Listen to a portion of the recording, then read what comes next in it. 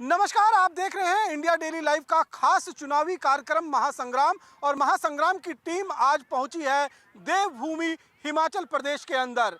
हिमाचल प्रदेश के अंदर 4 लोकसभा की सीटें हैं और 2014 से लेकर 2019 तक लगातार पिछले 10 सालों से भारतीय जनता पार्टी के उम्मीदवार और सांसद को हिमाचल प्रदेश की जनता चुनकर लोकसभा भेजती रही है। लेकिन 2024 में ये गणित कहां तक सही बैठेगा, प्रधानमंत्री नरेंद्र मोदी के चेहरे पर कितना जनता अभी विश्वास कर रही है, और 2024 में यहां से इस बार कांग्रेस ने अपने heavy weight candidate Anand Sharma को मैदान में उतार दिया है। तो आखिरकार देखना ये होगा कि क्या प्रधानमंत्री मोदी के चेहरे पर भारतीय जनता पार्टी यहां से हैट्रिक लगा पाती है या नहीं, क्योंकि ये सीट जो है वो हिमाचल की सबसे खास पहाड़ी क्षेत्र की सीट मानी जाती है, और ये कांगड़ा, चंबा और डलहौजी को मिलाकर एक सीट बनती है।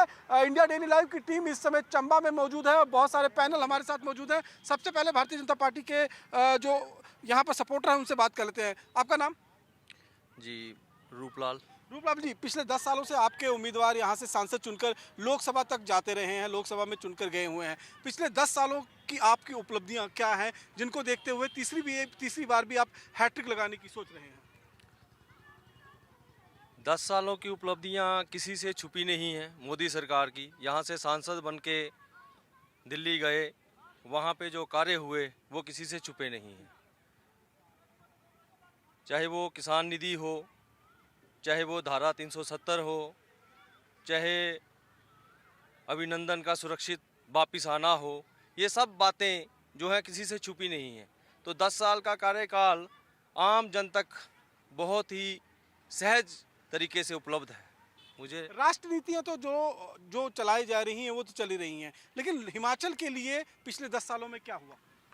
हिमाचल में पिछले 10 सालों से मूल रूप से तो मैं यही कहना चाहूँगा कि कांग्रेस बार बार क्यों हार रही है यहाँ पे चुनाव। जैसे पूरे मैं हिंदुस्तान की बात कर रहा हूँ कि कांग्रेस इस समय हिंदुस्तान की एकता और जो समरसता है उसके लिए घातक सिद्ध हो रही है। ये हमारे जो हम लोग मूल रूप से सभी समुदाय के लोग यहाँ पे रहते हैं, उनके बीच में ये एक तरह से मनमुटाव पैदा करके किसी न किसी तरह से सत्ता में रहना चाहती है। जैसे कि अभी पिछले दिनों इनकी एक प्रवक्ता ने, सत्ता में तो 10 सालों से आप है ना? नहीं, हम तो पिछले साल मतलब स्थापित करने के, अपने आप को खुद को स्थापित करने के लिए ये कुछ ना कुछ ऐसे एजेंडे चलाती है जिसके कारण कि लोग इनके पक्ष में नहीं होते और भाजपा को वोट करते हैं। नहीं, मैं ये जानना चाहता हूँ पिछले 10 सालों में हिमाचल के लिए पिछले 10 सालों में क्या हुआ है जिसको लेकर आप फिर से एक बार हैट्रिक लगाने की सोच रहे हैं?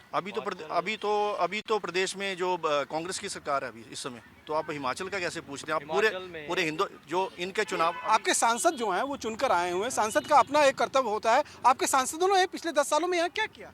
पिछले 10 सालों में हाँ। उन्होंने विशेष रूप से कई योजनाएं चलाई यहाँ पे। उनमें से मुख्य रूप से कई, जैसे अस्पतालों में जैसे एम्बुलेंस वगैरह प्रदान करना, और कई जो गांव के जो पंचायती इलाके हैं वहाँ पे काफ़ी विकास की दृष्टि से उन्होंने कार्य किए यहाँ पे। और अभी जो हमारे जो चुनकर जो भारतीय जनता पार्टी ने जो चुनकर हमें व्यक्तित्व भेजे हैं वो एक काफ़ी काबिल और एक परिपक्व नेता हैं। उनसे हमारी काफ़ी उम्मीदें हैं, क्योंकि वो एक जिस तरह से मोदी जी का मान सम्मान है, वो भी एक परिपक्व नेता के नाते हमें लगता है कि मोदी जी के सर का ताज बनने की काबिलियत रखते हैं, जो राजीव भारद्वाज जी हैं। पिछले 10 सालों में अगर हम बात करें तो हिमाचल में सड़कों का एक बहुत बड़ा जाल बिछा है, जिसका पूरे नहीं, ये भौगोलिक क्षेत्र से अगर हिमाचल को देखा जाए ना जी, तो बहुत से ऐसे गांव हैं जहां तक बहुत मुश्किल था। वहां के बुजुर्ग ये सोचते थे कि शायद हम अपने समय में सड़क अपने गांव तक देखें। सड़क एक बड़ा मुद्दा इस इलाके में रहा है। आपको लगता है कि सड़क के मुद्दों पर एक बार फिर जनता जो है वो भारतीय जनता पार्टी को चुनेगी? देखिए, जहाँ तक हिमाचल की बात है, मैं खुद अपना रेफरेंस देता हूँ। मैं एक general secretary district Congress committee Chamba हूँ, लियाकत अली खान मेरा नाम है।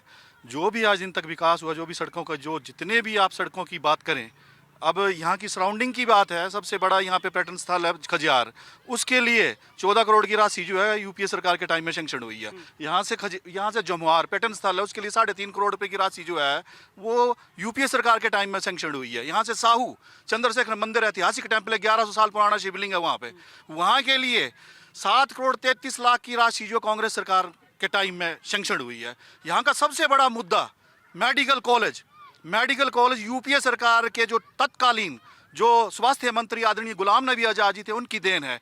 उन्होंने मेडिकल कॉलेज तो दिया ही दिया, साथ में नबी आजाद तो अब पार्टी छोड़कर चले गए, नहीं, अब उन्होंने दूसरी नहीं, पार्टी नहीं, बना ली। पार्टी छोड़ने की बात नहीं कर रहा हूं, लेकिन मैं यूपीए सरकार की बात कर रहा हूं कि जो भी आज दिन तक यहाँ का चंबा का विकास हुआ, चाहे सड़कों की गिनती की जाए, चाहे मेडिकल कॉलेज की बात की जाए, चाहे डिग्री कॉलेज की बात की जाए, चंबा मिलेनियम कॉलेज की बात की जाए, ये सारी की अभी क्या कमियां खल रही हैं? पिछले 10 सालों में क्या कमियां आपको खल रही हैं? हमें तो कमी यही खल रही है कि 4,76,623 वोटों से भाजपा के सांसद आदरणीय किशन कपूर जी को चंबा और कांगड़ा की जनता ने चुन के भेजा। 5 साल में वो एक काम भी दिखला दे चंबा के लिए। उन्होंने क्या किया, उनके कितनी बार वो चंबा आए, किसी को सांसद निधि मिली है? मैं भाजपा के हमारे साथी लोग खड़े हैं, उनसे पूछना चाहूंगा कि चंबा के विकास के लिए उनकी कहां कितनी सांसद निधि जो खर्च हुई है? कोई काम नहीं हुआ यहाँ पे? यहाँ पे देखा जाए तो पिछले 10 सालों में जो है अनदेखी की गई है हमारे चंबा के जो 4 विधानसभा क्षेत्र हैं। तो यहाँ पे माननीय सांसद जो किशन कपूर जी हैं, बड़े ही कम यहाँ पे दौरे लगाए हैं, तो मुझे नहीं यहाँ पे दिखता है। और सबसे बड़ा इशू है यहाँ पे देखा जाए तो जो केंद्र सरकार ने, जब माननीय हमारे प्रधानमंत्री मोदी जी आए थे, उन्होंने बोला कि 2 करोड़ जो नौकरियाँ प्रति वर्ष देंगे, तो उस विषय पे तो मेरे को 10 सालों में यहाँ पे कुछ ऐसा नहीं देखा है।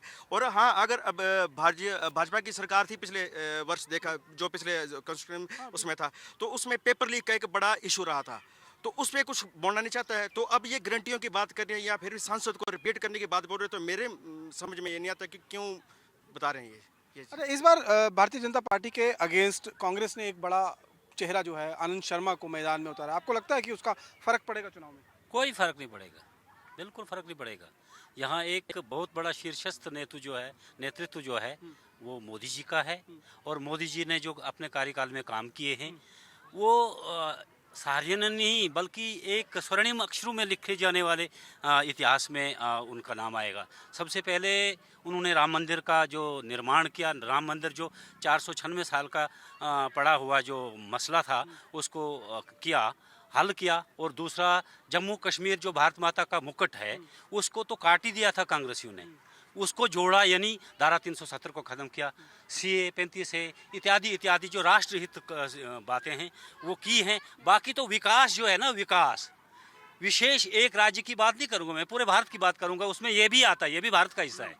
तो विकास की तो बिल्कुल ऐसा प्रवाह है कि जो रुकता ही नहीं है। पिछले 10 सालों से आपकी सरकार यहाँ पर है, भारतीय जनता पार्टी की सरकार जो है केंद्र के अंदर है, आपके सांसद यहाँ से चुन के गए हैं। 10 साल के बाद ही मोदी जी के नाम पर ही वोट मांगेंगे या सांसद ने जो कुछ किया है उसके नाम पर भी वोट मांगेंगे? नहीं, सांसद को भी जो मिला वो किया। यहाँ सांसद को जो मिला, जो स्कीमें मिली वो क्या सांसद ने अपने घर ली। यहाँ तो जो किसान सम्मान निधि हुई, PMJSY वो जो सांसद के प्रति नाराजगी है क्या? सांसद के प्रति बड़ी 100 से ज्यादा स्कीमें जो है सांसद के प्रति नाराजगी जरूर है, क्योंकि यहाँ पे जैसे डॉक्टर राजेंद्र सुशांत रहे हैं, उसके बाद शांता कुमार जी रहे हैं, और उसके बाद किशन कपूर जी रहे हैं, तो उनका चंबा के प्रति वोट लेने के लिए, तो जैसे हमारा सिकरी धार का जो एक सीमेंट प्लांट है उसका जीने निकाल देते हैं हर बार जब इलेक्शन आते हैं, लेकिन जब रोजगार देने की बात आती है चंबा के लोगों के लिए तो तब पीछे हाथ हटा लेते हैं। रोजगार चंबा के साथ डिस्क्रिमिनेशन जो है वो भारतीय जनता पार्टी के सरकार, केंद्र सरकार और सांसदों ने यहाँ किया है। कौन कहता है डिस्क्रिमिनेशन? ये आपके विरोधी कह रहे हैं। हमारे विरोधी तो कहीं कुछ कहते हैं। मैं कहता हूँ भारत रत्न थे हमारे प्रणब मुखर्जी, कांग्रेस के लीडर थे ना, उनकी बायोग्राफी पढ़ी कभी उन्होंने क्या लिखा उसमें? जब वो फाइनेंस मिनिस्टर थे, क्यों उन्होंने इंग्लैंड की कंपनी को बैन किया जो नकली नोट की सप्लाई करती थी? उसमें फाइनेंस मिनिस्टर कौन थे? पी चिदम्बरम। आज नहीं तो कल वो अंदर, उनकी बायोग्राफी पढ़ लो आप। ये तो जो मर्जी बोलें, 50 साल या 60 साल तो कांग्रेस ने राज किया। हिंदुस्तान को लूटा किसने? मैंने तो नहीं लूटा, भाजपा तो नहीं लूटा। आज भाजपा ने देश को कहाँ पहुँचा दिया? आज इतने NH बन रहे हैं, कौन बना रहा है? इतनी आपदा आई, किसने पैसा दिया? 11,000 मकान बना के मोदी जी दे रहे हैं, कौन दे रहा है? 10 साल के बाद एंटी इनकम्बेंसी है, नजर आ रही है? बिल्कुल नहीं है। आज देख लो, हमारे यहाँ कहावत है, नाई कितने बाल, बोले 2 दिन भाल, 2 दिन वेट करो, बिल्कुल साफ होगा। महिला भी हमारे साथ मौजूद है। आपका क्या नाम है? निशा बड़ियाल जी। मिशा जी, मैं अब जानना चाहता हूँ कि पिछले 10 साल से यहाँ पर भारतीय जनता पार्टी के सांसद चुन के आ रहे हैं। केंद्र में पिछले 10 साल से प्रधानमंत्री नरेंद्र मोदी की अध्यक्षता वाली सरकार है। ये पहाड़ी राज्य है, 4 सीटें हैं यहाँ पर, 4 की 4 सीटें पहाड़ी लोगों ने दिल खोलकर भारतीय जनता पार्टी को अपने उम्मीदवार जिताकर उनको भेजे हैं।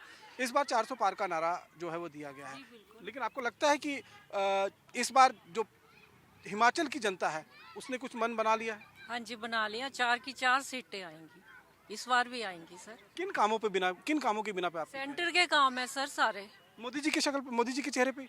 नहीं, सभी के हैं जी, जो जीतेंगे उनके सभी के चेहरे के काम किए हुए हैं जी इन्होंने, ऐसी बात नहीं है। चंबा में भी बहुत काम किए हैं, सेंटर में भी बहुत काम हुआ और सारी जगह काम हो रहे हैं और काफी स्कीम जो सिटिंग एमपी को यहाँ से क्यों हटा दिया? वो तो कुछ ऐसे सर्कमस्टांस से। विश्वास कारणों से फिर उन्होंने कांग्रेस ज्वाइन कर लिया? किसने बोला कांग्रेस ज्वाइन करी? वो still is in the party. कौन कहता है ज्वाइन करी कांग्रेस उसने? वो पार्टी के लिए प्रचार कर रहे हैं, बिल्कुल कर रहे हैं। बट आम जनता से जो मैं बात कर रहा हूँ वो सांसद के प्रति नाराजगी है। मोदी जी के प्रति जरूर वो कह रहे हैं कि वो एक सशक्त सरकार वो चला रहे हैं, एक सशक्त देश को वो एक तरीके से चला रहे हैं, उनके प्रति तो वो वोट देने के लिए तैयार है, लेकिन लोकल जो सांसद है उनके प्रति नाराजगी जरूर है। अगर सांसद के प्रति नाराजगी थी तो टिकट बदला गया, कोई कारण रहा होगा, उन्के स्वास्थ्य आप कारण। मान रहे हैं कि नाराजगी थी? आप मान रहे हैं कि नाराजगी? आप खुद कह रहे हैं, आप खुद कह रहे हैं कि अगर नाराजगी थी तो टिकट अगर बदला पार्टी ने देखा उनका स्वास्थ्य ठीक नहीं है, उन्होंने एक जमीन के कार्यकर्ता को कार्य दिया। अब जो कांग्रेस ने कैंडिडेट दिया वो कहाँ का है? उसने क्या किया हिमाचल के लिए? What is his contribution? एक बड़ा चेहरा है आनंद शर्मा, एक बड़ा चेहरा, बड़ा नाम है। आपको किसी को लाके खड़ा कर दो, क्या हम एक्सेप्ट कर लेंगे? आपके कांग्रेस के कार्यकर्ताओं ने सोशल मीडिया पे देखो क्या पोस्टर डाली हुई है। ये कौन व्यक्ति दे दिया? हमने नहीं डाली, कांग्रेस के कार्यकर्ता डाले। कौन सा व्यक्ति हमें दे दिया? ये हिमाचल के और पार्लियामेंट्री के दे रहे हैं, हम तो नहीं डाल रहे हैं उसमें। हम तो अपने कैंडिडेट को प्रमोट कर रहे हैं और इसके लिए दिन रात करें। और मैं आज आपको देता, पिछली बार से ज़्यादा वोटों से डॉक्टर भारद्वाज जीत के पिछली बार जाएंगे। से ज्यादा वोटों से भारद्वाज जी जीतने जा रहे हैं। आप सर मेरी बात सुनो, ये मोदी कर रहे हैं। मोदी जी 2022 के चुनावों, विधानसभा के चुनावों में चंबा में आए थे, ठीक है? तो चंबा के लिए उन्होंने क्या घोषणा की? एक टंडल चुवाड़ी जो टंडल है उसकी एक सर्वे के लिए एक घोषणा कर जाते। मोदी के लिए एक छोटी सी बात सी, वो भी नहीं करा सके। और जब आपदा आई, आपदा में भाजपा के 3 सांसद थे, एक भी सांसद ने दिल्ली में आवाज नहीं उठाई कि हिमाचल को विशेष पैकेज दिया जाए। तो ये सांसद हिमाचल के सांसद लोकसभा में मौन रहते हैं। मौन रहते, 3 मौन रहते हैं, एक ने उठाई जो मंडी से प्रतिभा सिंह थी, उन्होंने उठाई, और 3 मौन रहे वहाँ पे। और मोदी जी यहाँ, तो मैं ये पूछना चाहता हूँ, कुछ ना कुछ घोषणा कर जाते। ये बोलने मतलब इंटीरियर एरिया, अगर ये टंडल जोत और चुवाड़ी टंडल निकल जाती तो ये इनको मतलब चंबा के लोगों के लिए जो है पठानकोट बहुत नज़दीक हो जाता। 50 साल आप क्या करते रहिए आवाज? ये 50 सालों में देखो, 50 साल पहले यहाँ तक तो छोटी गाड़ी में नहीं आती थी।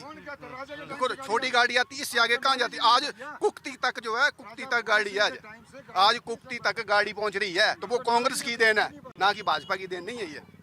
पिछले 10 सालों में एक सड़कों का जाल तो बिछा है, ये तो सभी मानते हैं, विपक्षी पार्टी भी जो है वो मानती है। नितिन गडकरी जी ने 62 NH घोषित किए थे हिमाचल प्रदेश के लिए, एक वो मैं पूछना चाहता हूँ। सेकेंडली जो आप ये बात कर रहे हैं कि आनंद शर्मा जो है शिमला के हैं, वहाँ के मैं चाहता हूँ, मैं अभी पूछना चाहता हूँ भाजपा से कि माननीय प्रधानमंत्री जी गुजरात के हैं तो वाराणसी से वो क्यों लड़ रहे हैं? हेमा मालिनी जी बॉम्बे से है, यूपी से क्यों लड़ रही है? स्मृति ईरानी जी पंजाब से है, वहाँ से है, यूपी में क्यों लड़ रही है ना? तो ये जो है हिमाचल के हैं। और आनंद शर्मा जी विदेश मंत्री रहे हैं, वाणिज्य मंत्री रहे हैं, उद्योग मंत्री रहे हैं, हिमाचल के, उनका बहुत योगदान रहा है, एक बहुत बड़ा लीडर हमें जो है नेता जो है कांग्रेस ने जरूर दिया है। यहाँ पर कुछ आम जनता लोग भी हैं। आपका क्या नाम है सर? मेरा कुलदीप सिंह भटियाड़ी, मैं ब्लॉक कांग्रेस सेवा दल का अच्छा, आप भी कांग्रेस से ही हैं? उपाध्यक्ष हूँ। अच्छा, ये बताइए, आनंद शर्मा के नाम पर इस बार उम्मीद है आपको? उम्मीद है, काफी उम्मीद है। वो लोकसभा, वो तो खुद बागी हो गए थे, G23 के मेंबर बन गए थे। नहीं, वो 1980 में उसमें वो सरकार में है, बीपीसी 1980 में सरकार में है जरूर, वो ठीक है, लेकिन अभी तो वो हाल ही में कांग्रेस को उन्होंने काफी सुनाया था और उसके बाद G23 के मेंबर बन गए थे वो तो वो बोलने की बात है ना, जितना संघर्ष उसने पार्टी में किया उस तरह कोई भी नहीं कर सकता है। तो यहाँ पर कुछ न्यूट्रल लोग भी हैं। हमारे साथ एक जर्नलिस्ट मौजूद हैं। शिव जी आपको क्या लग रहा है, यहाँ की हवा क्या लग रही है आपको? क्योंकि भारतीय जनता पार्टी कह रही है उनके पक्ष में हवा है, कांग्रेस कह रही है उनके पक्ष में हवा है, और नो डाउट कि कांग्रेस ने एक बड़ा चेहरा आनंद शर्मा के नाम पर यहाँ पर चेहरे के रूप में दिया है, उसका कितना फर्क आपको लगता है? देखिए, फ़र्क तो पड़ेगा, इसमें नो डाउट। आनंद शर्मा हिमाचल प्रदेश के हैं और इन्होंने आज तक सेंटर में भी काम किया और अच्छे काम किए हैं। पर एक बात देखी जाए, चंबा का दुर्भाग्य रहा है सबसे बड़ा दुर्भाग्य रहा है, चाहे कांग्रेस की सरकार हो चाहे बीजेपी की सरकार हो, सबसे बड़ा दुर्भाग्य ये है, ये पिछड़ेपन का शिकार रहा।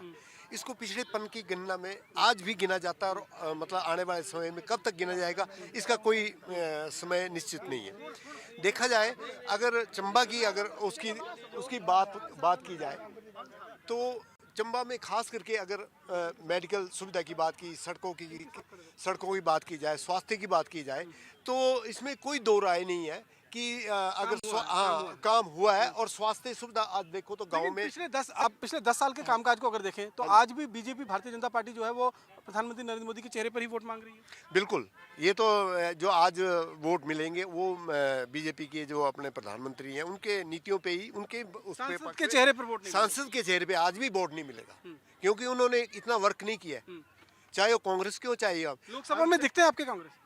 लोकसभा में ऐसा है कि अभी जो है चुनाव जो होने जा रहे हैं इसका तो ये जनता जवाब दे देगी, आने वाले कुछ ही समय में इसका जवाब मिल जाएगा। पर ओवरऑल ये देखा जाए तो आज भी जो वोट मिलेंगे वो प्रधानमंत्री नरेंद्र मोदी के चेहरे पर ही वोट यहाँ पर जा रहा है, या फिर आपको लगता है कि ऐसी लहर है क्योंकि उनका एक ही उद्देश्य है, सबका साथ सबका विकास।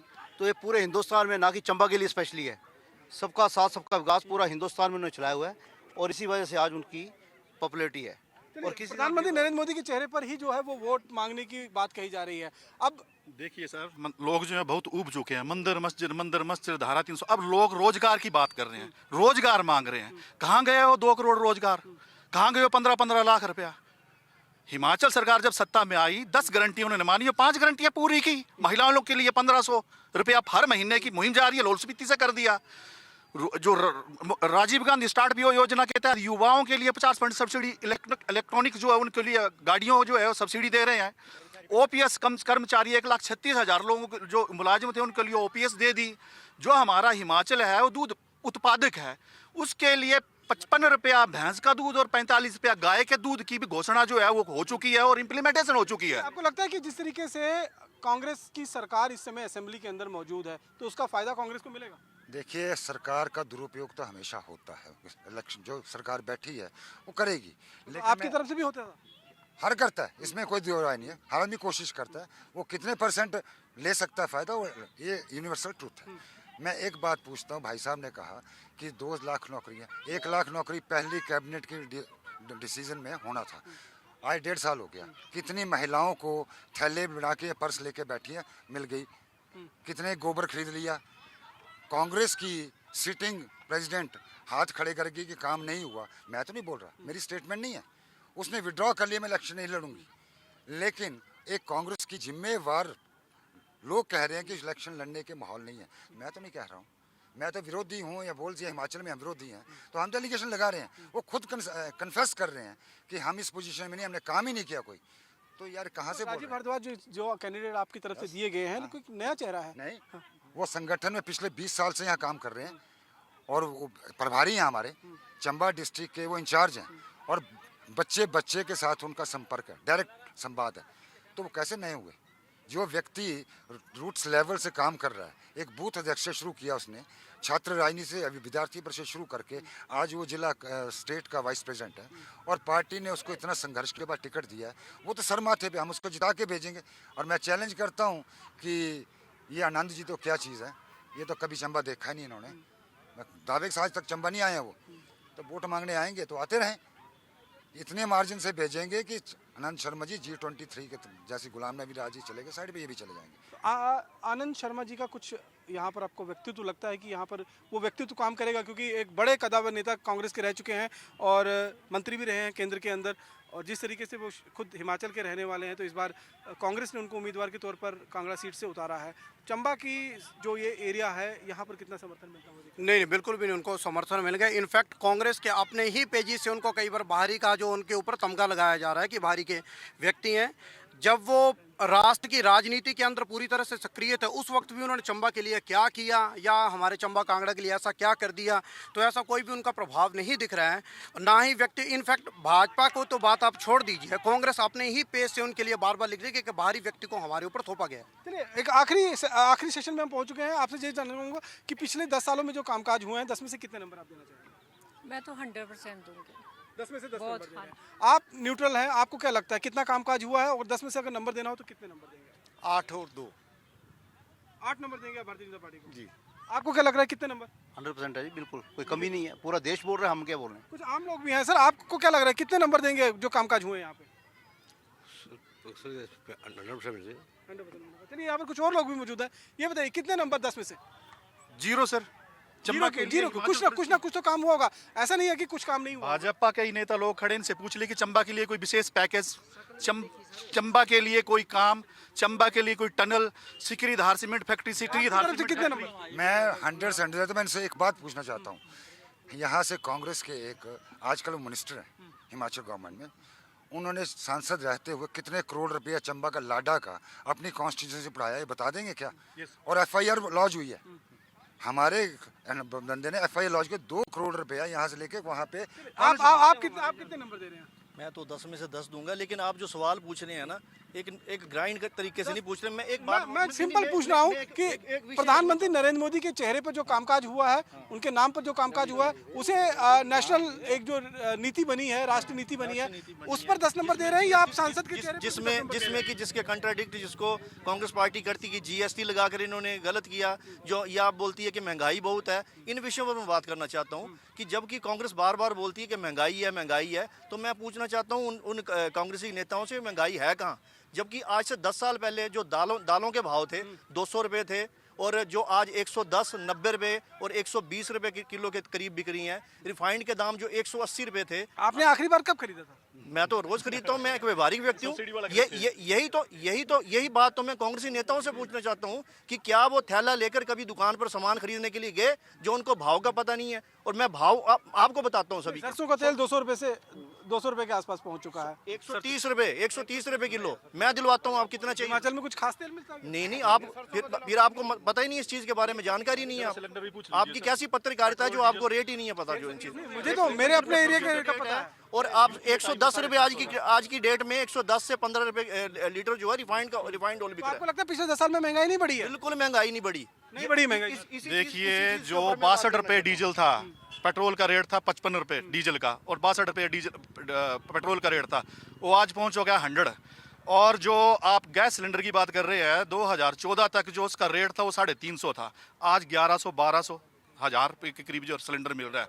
दाल 850 आ गया, लेकिन 350 और 850 को कंपेयर कीजिए तो 100% जो इंक्रीजमेंट हुई है। दालों के रेट भाई साहब, मेरे को लग रहा है कि मटन चिकन खाने वाले लोग हैं ये।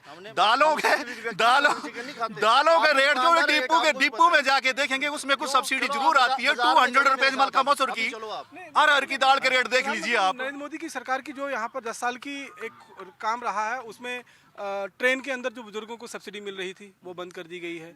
कंसेशन जो मिल रहा था वो बंद कर दिया गया है। सिलेंडर में जो कंसेशन मिल रहा था वो 30-35 रुपए के आसपास में आ चुका है। 850 में 900 रुपए के करीब है। 850 रुपए सिलेंडर का रेट हो गया। कौन बोलता है 1100 रुपए? और यूपी तो नहीं, 850 है, लेकिन उसमें भी सब्सिडाइज्ड रेट है ना। पहले 1100 रुपए सिलेंडर का रेट था, तब तो किसी ने कुछ नहीं बोला। अब 850 हो रहा तो बोलते महंगाई है।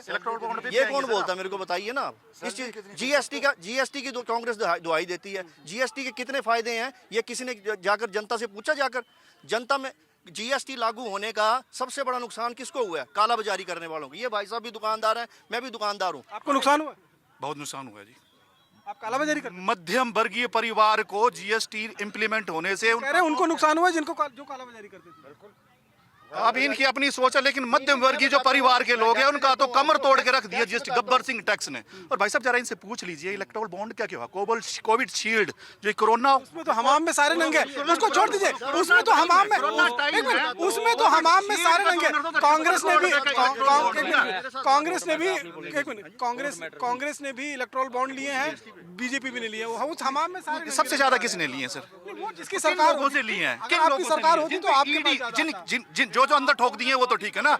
जिन पे FIR लॉन्च हुई है सबसे ज्यादा इलेक्टोरल बॉन्ड तो अगर आपके पास आ गए तो आप वापस कर देना। ये तो कोर्ट पे डिपेंड है ना। लेकिन किन्होंने दिए सर? आरोप और प्रत्यारोप का चलिए मेरे पास समय इतना ही था आज का। आरोप और प्रत्यारोप का सिलसिला जो है वो लगातार जारी है। हालांकि पिछले 2014 की बात करें, 2019 की बात करें, यहाँ की जनता ने लगातार भारतीय जनता पार्टी के उम्मीदवारों को जिताकर लोकसभा भेजती रही है। लेकिन अब लड़ाई 2024 की है और कांगड़ा की इस सीट पर नेशनल कांग्रेस ने आनंद शर्मा नाम का एक तुरुप का इक्का जो है वो मैदान में उतार दिया है। और अब ये देखना होगा कि आनंद शर्मा प्रधानमंत्री नरेंद्र मोदी के चेहरे के आगे कितना सफल साबित होते हैं और पिछले 2014 और 2019 की ही तरह क्या एक बार फिर प्रधानमंत्री नरेंद्र मोदी के चेहरे पर यहाँ पर भारतीय जनता पार्टी हैट्रिक करने में कामयाब होगी या फिर बदलाव की लहर को देखते हुए आनंद शर्मा को यहाँ कामयाब बनाएगी। फिलहाल मेरे साथ महासंग्राम में इतना ही। बाकी के अन्य खबरों के लिए आप देखते रहें इंडिया डेली लाइव। नमस्कार।